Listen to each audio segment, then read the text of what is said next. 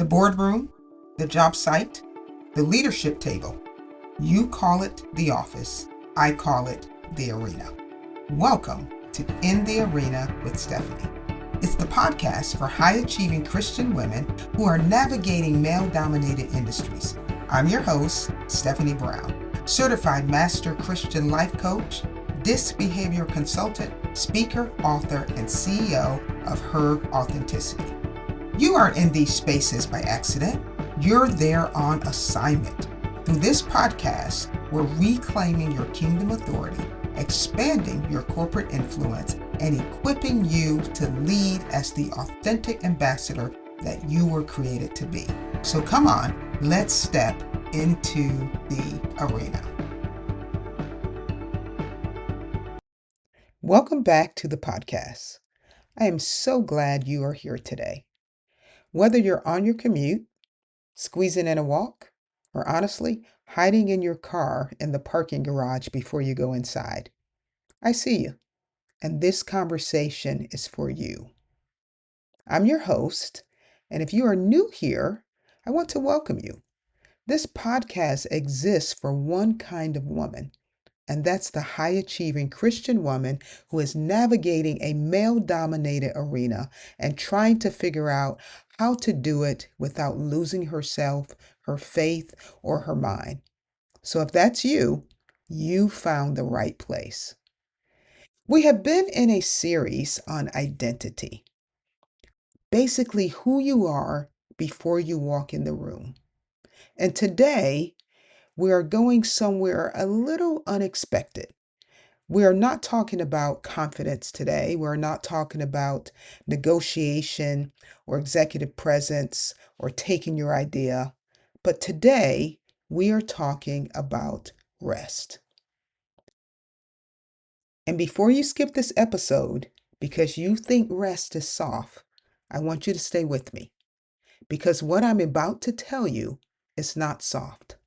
It is one of the most radical, countercultural, arena-changing things that you can do as an ambassador in your position. And most of us are getting it completely wrong.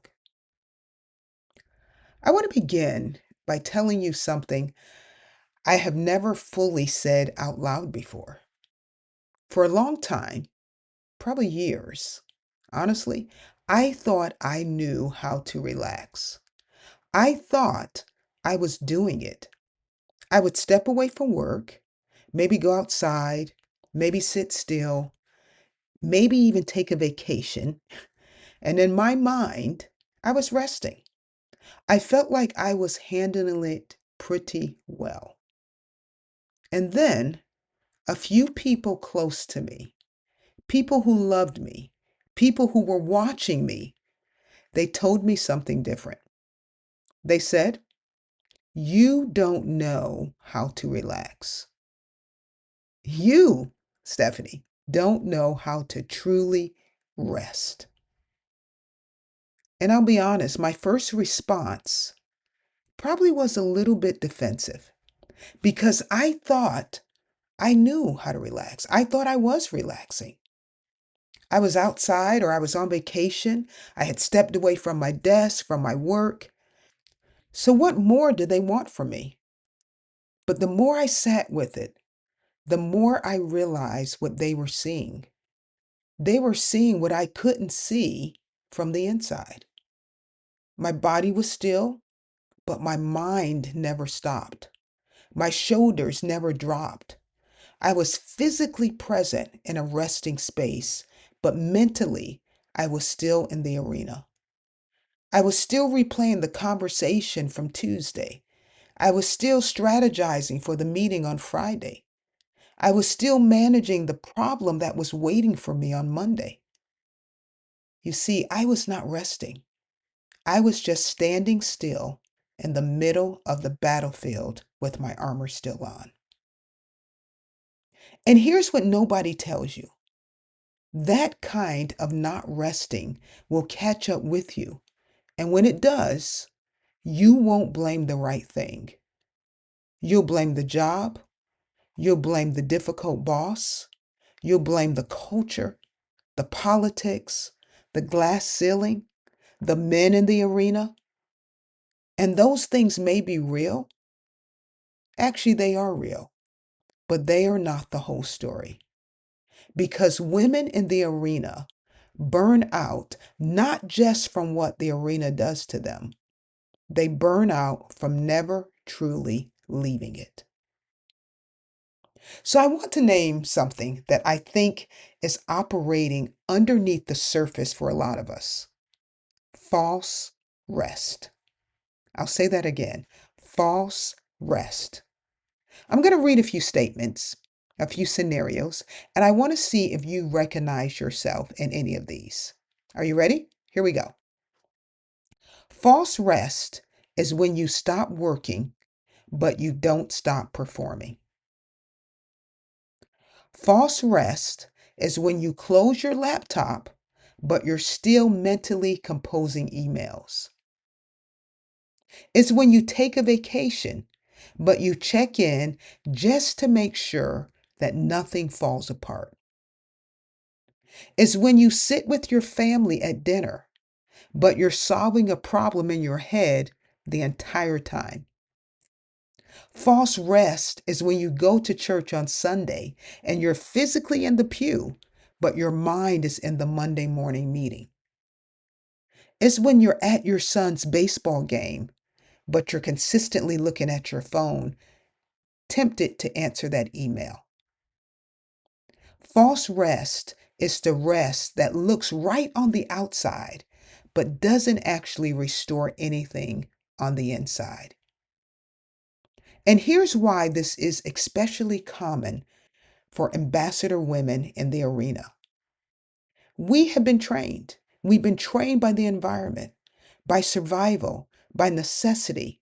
We've been trained to stay alert, to always be a few moves ahead, to never fully let your guard down, because the moment you do, something happens and you weren't ready.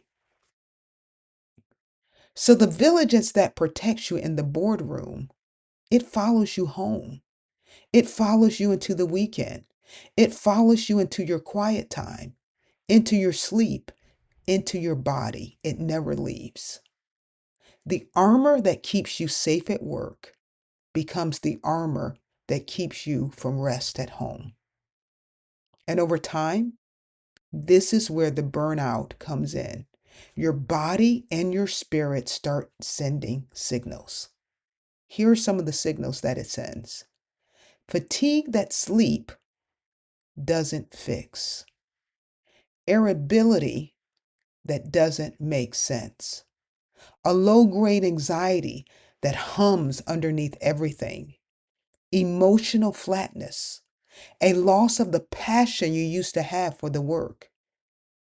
And we look at those symptoms and we say, I need a new job. I need a different manager.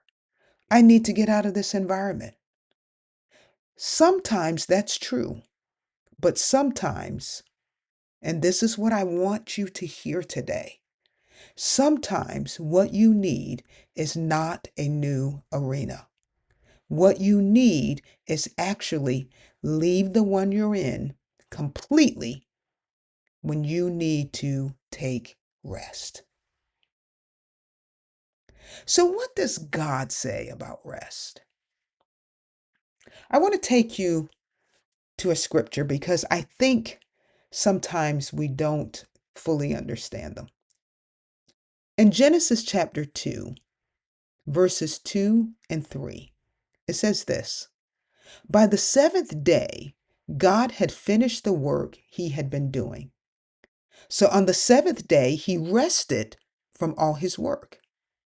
Then God blessed the seventh day and made it holy, because on it he rested from all the work of creating that he had done.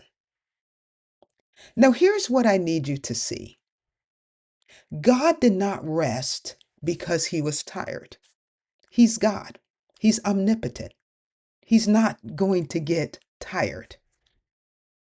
But could it be that God rested because rest is part of the creative act? Rest was part of one of the steps that he was doing in creating the world. It is a declaration.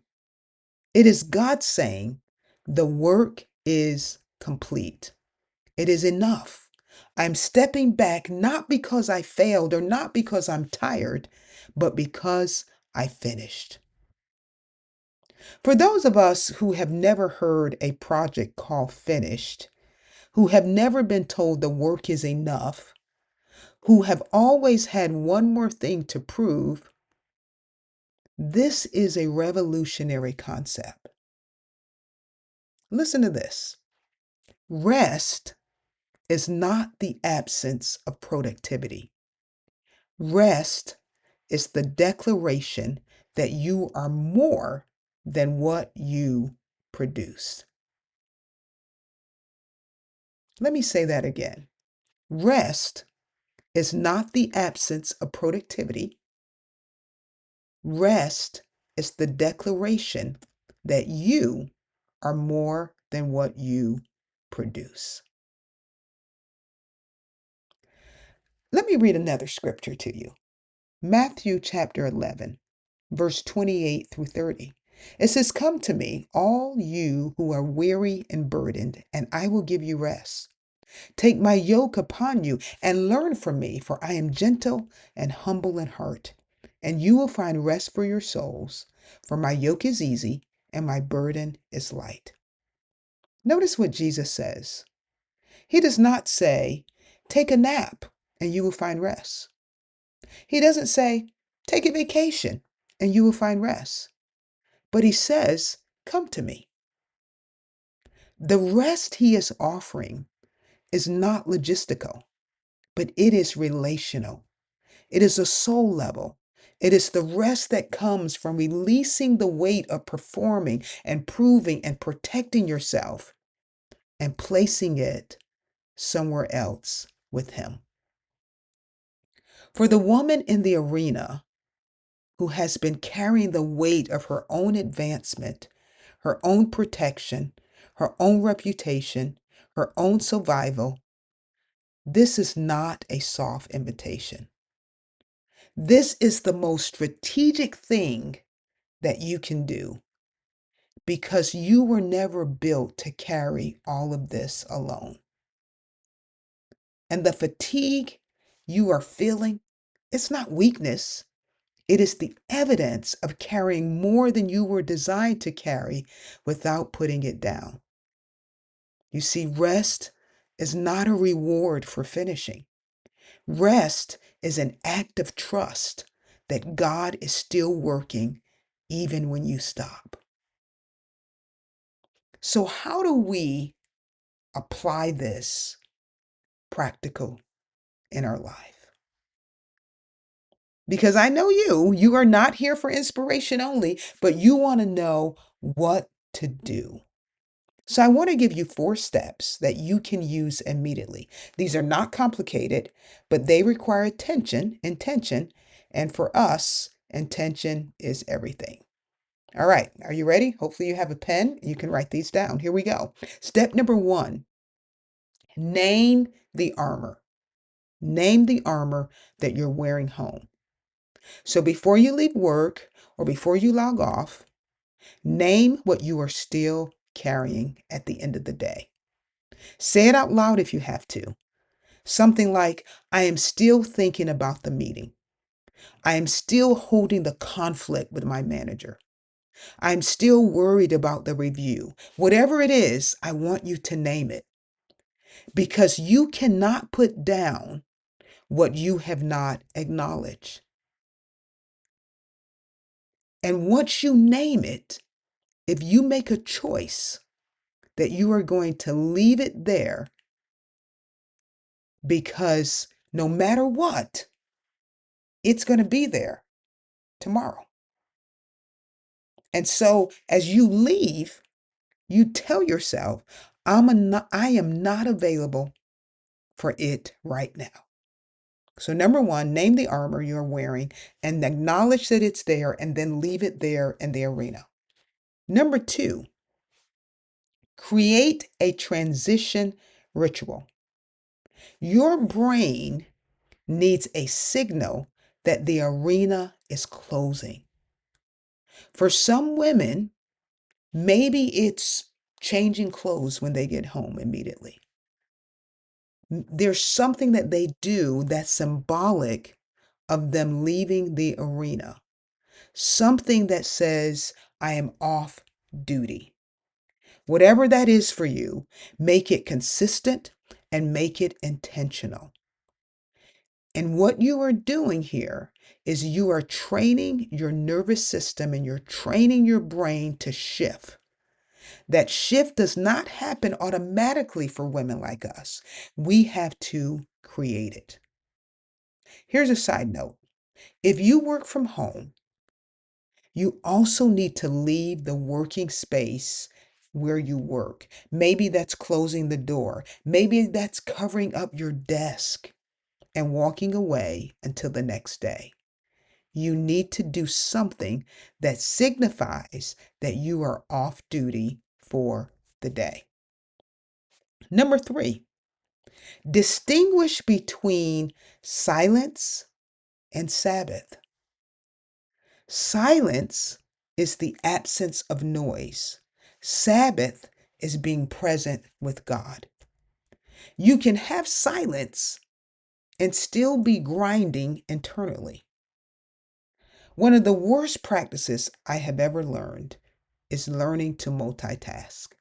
It seemed good at the time, but this particular skill I am now learning to unlearn because it has robbed me of rest. True rest requires you to bring your mind into the moment you are actually in, not the moment you are dreading or managing. True rest really can be part of a spiritual discipline. So you start small, maybe 10 minutes. You are fully in the room, no problem solving, no planning, just being present. Psalms 46:10 says, Be still and know that I am God. And notice in that verse, the stillness comes first and the knowing follows. And then number 4, let someone who loves you tell you the truth. Now, this one is personal for me. As I mentioned, the people who told me I didn't know how to relax, they were right. And as much as it stung in the moment, that truth was a gift. If you have people in your life who are close enough to observe you, who love you enough to be honest with you, ask them the question. Ask them what they see. Ask them if the woman they see at home looks rested. You may not love the answer, but you need to hear the truth. So here are your 4 practical steps that you can do immediately. Again, number 1, name the armor you're wearing home. Create a transition ritual. That's number 2. Number 3, distinguish between silence and Sabbath. And number 4, let someone who loves you tell you the truth. So here's what I want to leave you with today. The arena is real. The pressure is real. The resistance you face is real. And none of what I said today minimizes any of that. I recognize that all of that is real. But I need you to understand something about the enemy's strategy. If he cannot stop you from showing up as the powerful ambassador that God has created you to be, he will make sure that you show up depleted. He will let you stay in the arena as long as you are running on empty, because an ambassador who is exhausted is easier to dismiss, is easier to discourage, and is easier to move off of her assignment.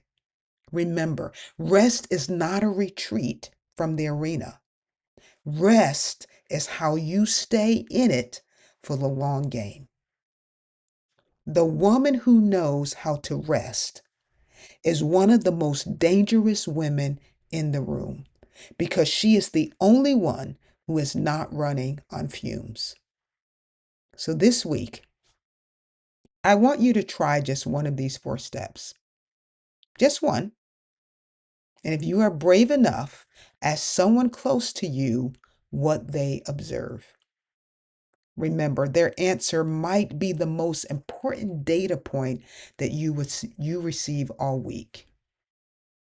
So before I let you go, I want to tell you about something new. We've been talking a lot about identity in our previous episodes, and today we talked a little bit different about your rest, but we did talk about who you become if you are running on empty. It does impact your identity. So I have gone deeper into the topic of identity and a few other things that are relevant to high achieving Christian women. I've written a brand new playbook called The Balance Myth: God's Woman in a Male Dominated Arena. And it is for the woman who is ready to stop letting labels, fear, and other people's opinion define her in the arena. And it's time for her to start walking in the identity Christ actually gave her. And I want to be honest with you about the title because I chose the word myth very deliberately. You see, balance, it kind of is that word that is sold to us. And it talks about dividing our lives into equal times and equal attention, but that's the myth. The other myth is that we have to divide our relationship with Christ and our corporate activity. We don't. We can live as ambassador of Christ, even in the workplace.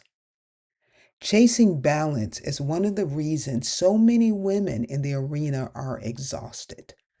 They are not failing at their work. They are failing at an impossible standard that was never God's design for them in the first place.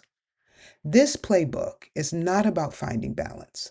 It is about finding your footing, and it was written specifically for the woman who is doing extraordinary things in spaces that were not built for her, and who needs a real framework, not a motivational poster. The link to get your copy is in the show notes. Go ahead and get it today, read it this week, and then come back here and tell me what shifted for you because I want to hear it. Now, if this episode hit something in you today, share it with another woman in the arena who needs to hear it. She is out there right now running on empty, convinced that rest is a luxury she cannot afford. Send this to her. It might be exactly what she needs today. And if you are not already subscribed, do that now so you don't miss what is coming next. I am rooting for you. Be an authentic ambassador. Kingdom authority and corporate influence, it's yours. Go ahead and lead. I will see you in the next episode.